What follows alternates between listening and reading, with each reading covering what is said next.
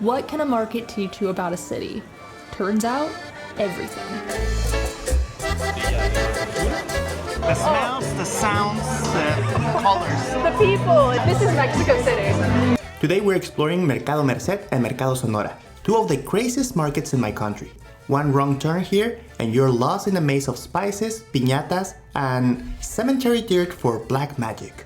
Now you could plan an entire birthday party, then buy a chicken with its head still on it. Put a curse on someone too, exactly. We're gonna try something that I've never seen before, and I'm from Mexico. We came here because we heard rumors. Rumors that you could have the best street food in Mexico City. Rumors that you can buy spell books for witchcraft. Rumors that you will hardly see another tourist inside because it's massive, intense, and let's be honest, has a reputation. So I think we're gonna need backup. Today we're teaming up with Gabriel, a second-generation local who literally grew up running through these aisles. He now guides travelers visiting Mexico City through the best eats and the strangest corners of these two markets. We're ready to live full, confused, and possibly cursed. Vámonos. Mucho gusto, soy Juliana. Mucho gusto. Pero entonces tu familia conoce ahí, ¿no? ¿Tenían un puesto o tienen un puesto? Sí, mi familia tiene 3 puestos, de hecho, aquí en el mercado. Digo, esto lo empezó mi padre hace 39 años. Uf. Yo desde chico terminaba la escuela primaria o secundaria y después venía aquí a ayudar al mercado. Ahora sí que esto es lo que considero mi hogar. Sí. Es donde también mucho de mi infancia está, entonces por eso me gusta enseñar el mercado. Me puedo identificar mucho contigo porque también mi papá tiene un puesto de comida rápida. Sí, entonces yo sé cómo es envolverse en el negocio familiar desde pequeño. First stop of the day is Mercado Merced, the oldest market in Mexico City. It's been in this spot for over 500 years and is the size of 4 football fields. We're officially in the middle of the chaos. This is going to be crazy. He says there's like 22,000 stands here. This is about to be nuts. I don't even know what we're getting ourselves into. We follow closely behind Gabriel, and even 2 minutes in, we already can't retrace our steps. But from the smells, we can tell we're getting closer to some food. Gabriel told us to come hungry because he has a lot of dishes he wants us to try. And the first stop is one of my favorite Mexican stews, pozole. Gracias. Muchas gracias. Today we're having a red broth loaded with hominy and chicken, as well as a variety of toppings we can add in. I love this about the food in Mexico. It's very DIY. Add in a little bit of this, add in a little bit of that. I really like that we can see the guy in front of us and they sell chicken soup and they're specialized on that. And he tells us about like it's very difficult to rent a place over here to start selling your own thing because everything is between family and it's generations. How do you say that? Generation to generation. Generational. Yeah, that's right. I love that. So this one is the 3rd generation selling the same thing that is chicken soup. This is incredible. And it looks so good. And this pozole is delicious. I haven't had pozole in a really long time. The hominy in this, if you haven't had it, the corn is just so like chewy. I love it. Yeah. After filling up, it's time to enter the main produce area of the market. And here it's a world of color. There's banana leaves stacked in the corner for tamales, mountains of spices for mole, and Gabriel's grabbing handfuls of corn kernels and avocados to show us how each different species is used in cuisine. We're currently passing through just stalls and stalls of fresh fruit and vegetables. It all looks so delicious and so fresh. I wish we had more of this in the US. It seems like every few steps, Gabriel is shaking hands with someone. He wasn't kidding when he said this is his home. Pregúntale a mi padre. Ah, sí. Hola, ¿qué tal? Hola, mucho gusto. We're already meeting the family. And it seems everyone wants to show us what they're selling. Meanwhile, it feels like we're the ones constantly in the way. Every 10 seconds, someone's dodging around us with crates of produce. It's a lot busier than we expected. Eventually, we wash up at a juice stand wedged between the fresh produce and the toy stalls. It's time for an agua fresca. Un agua fresca de sandía, por favor. Sí, gracias. ¿Cuánto tiempo has trabajado aquí? 30 años. ¡Wow! ¡Qué padre! Muchas gracias. Gosh, my favorite. I love a sandía agua fresca. So freaking good. Watermelon. Muchas gracias. Cheers, mi amor. Delicioso. Gabriel leads us back into the food court area because there is a lot more food he wants us to try, like some classic Mexico City quesadillas, with the blue corn tortillas I grew up eating. Even I'm learning things in this market. They show us a good trick to know because sometimes they use dye in order to put it like a little blue because the blue corn tortilla it's a little bit more expensive. So in order to do that, they dice the tortilla. And a good trick to know if it's dyed, you put some lime on it. And if it turns a little bit purple, then it's a real thing. But if it doesn't, it's not. It's so weird. How many times have you been maybe eating fake blue corn tortillas? I want a refund of these entire years. Let me tell you that few things in this life top eating freshly made quesadillas in the middle of a market in Mexico. A guitar serenades a nearby table, the tortilla press pounds in the background like a war drum. We don't talk, we just eat, and occasionally grunt to show how much we're enjoying our meal. This is the life.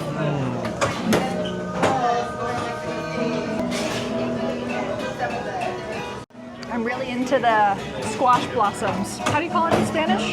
Flor de calabaza. Yum, so good. Only 3 spots and I'm getting full. I wish you guys could smell how good it smells in here. It just stands and stands of delicious fresh food. The smells, the sounds, the colors. The people, this is Mexico City. We're gonna try something that I've never seen before, and I'm from Mexico. That is gonna be the deep fried tamale. That's so weird. That can't be good for you. We're also doing atole. Haven't had this since Oaxaca. Got guava. And I got blue corn. Yum.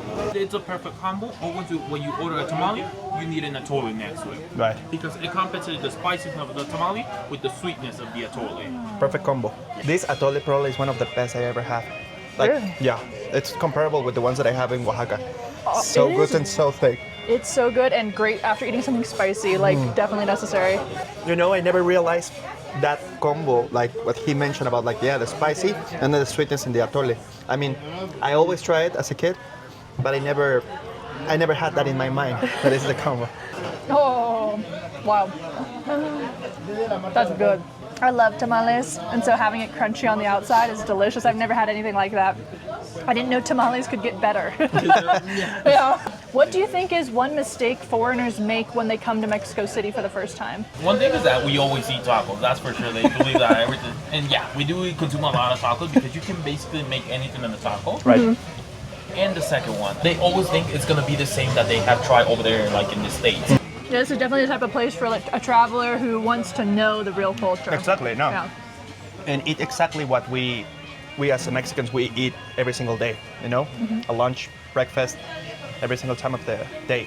Talking with Gabriel in English makes the market feel more approachable, but it also reminds me how much more there is to uncover when you actually speak Spanish. Because beyond the food and the stalls, language is what helps you go deeper. It's how you hear the stories, the jokes, the little details you'd miss otherwise. That's exactly why we started making every video on our Spanish channel, Bitácora de Viajero, for the past 7 years. Yes, every clip you see here is also recorded in Spanish there. We're also doing atole. También estamos probando atole. And me hosting a YouTube channel in Spanish is something that took years of practice. I'm lucky to have a built-in tutor with Martine, but to be honest, nothing replaces what I learned in the classroom, especially because we let a lot of mistakes slide with each other when we're just trying to get through the day-to-day. That's where Lingoda comes in, and why we're excited they're sponsoring today's video. Lingoda gives you real classes with certified native level teachers with a max of 5 students per session. You test your level, book a class whenever fits your schedule, review a little before and after, and soon you'll be able to do much more than just mumble gracias anytime someone talks to you. Everyone gets a chance to practice out loud, which is the hardest part to do on your own. For me, it's about sharpening my accent and learning new descriptive vocabulary to be a better host in Spanish, but meanwhile, Martine is taking business English to get better at writing and pronunciation for work.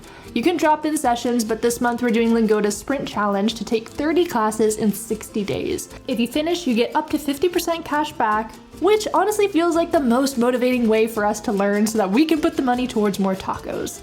Best of all, Lingoda is giving our viewers $25 off this challenge with code LOCAL2025. And who knows, maybe we'll bump into you in class this month. Just click the link in the description to sign up. So we're clearly in the piñata section. And I found one that I want to destroy. Really? Y encontré una que quiero destruir. Oh my gosh, America. What soccer team do you support? Cruz Azul. Okay, good. They're neutral. Martine, my husband, is huge Pumas fan. Like, really, you've never met a bigger Pumas fan. Remember I told you about the gambling machine? Oh yeah. Yes, you heard that right. You can gamble in this market. The machines look like pinball machines, And we don't understand if there's a certain strategy to this, but I'm trying to double my money for tacos tonight. How do you say gambling in Spanish? Apostar. Ya, y otra vez, ya se.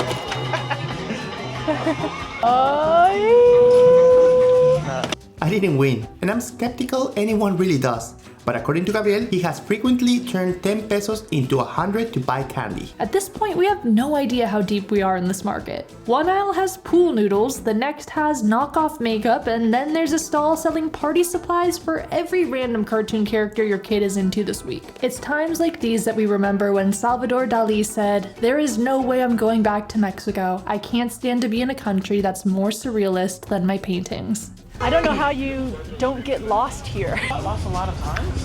My dad used to give me money. I went to buy my toys and came back to bed.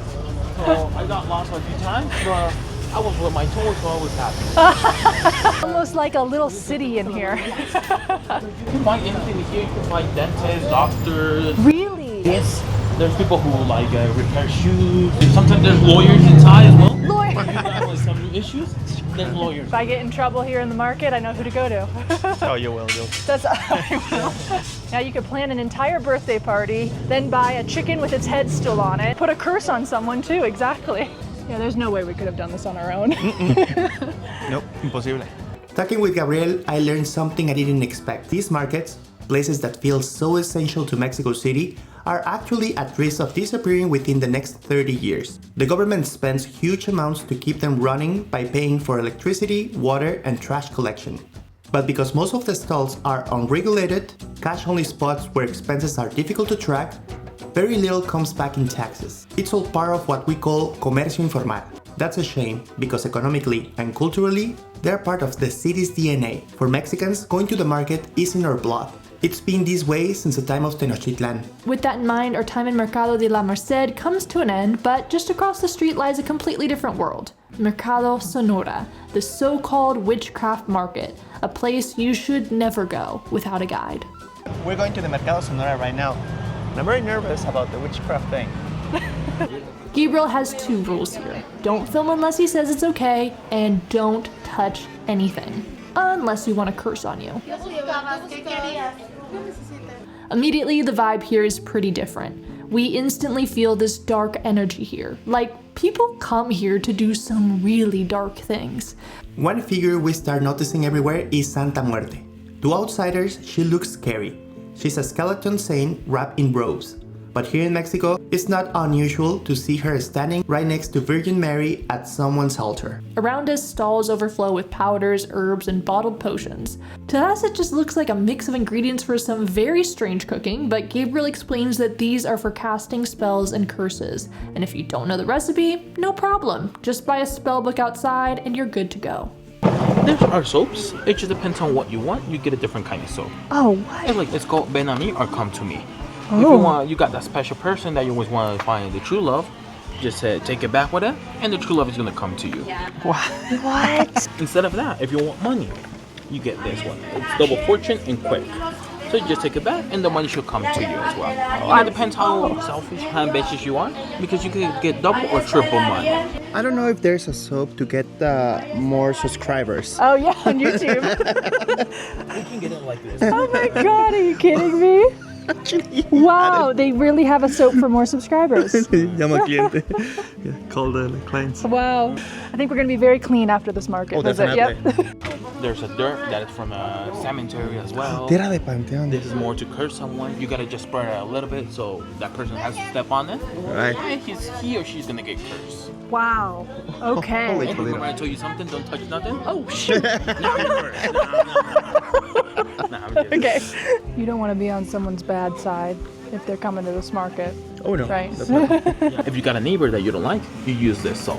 Oh my god. Salt is to move away like bad neighbors. There's some voodoo dolls like to attack someone, love. Wow, you talk about this so casually, like this is just, oh yeah, go pick up a little bit of, some sal negra for your neighbor, or some some cemetery dirt.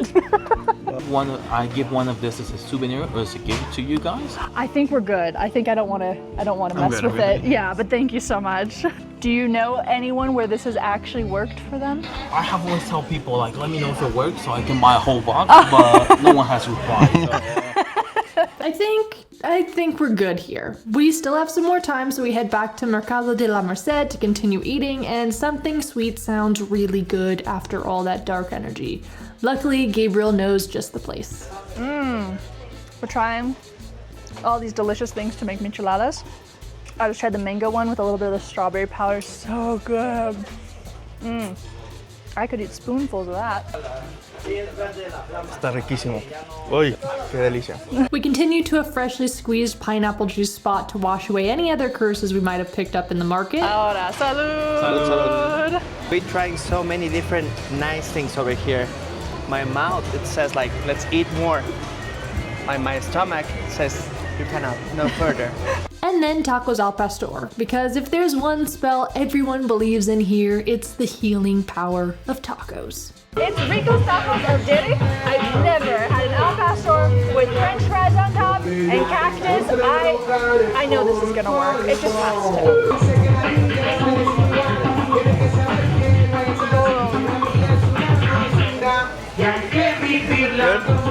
I love the sound in the back. It just makes it. This guy's beatboxing back here. It's lunchtime in the market. This is the sound of the market. A market like this teaches you a lot about a city. Even if you've never set foot here, you've probably tasted it if you visit Mexico City.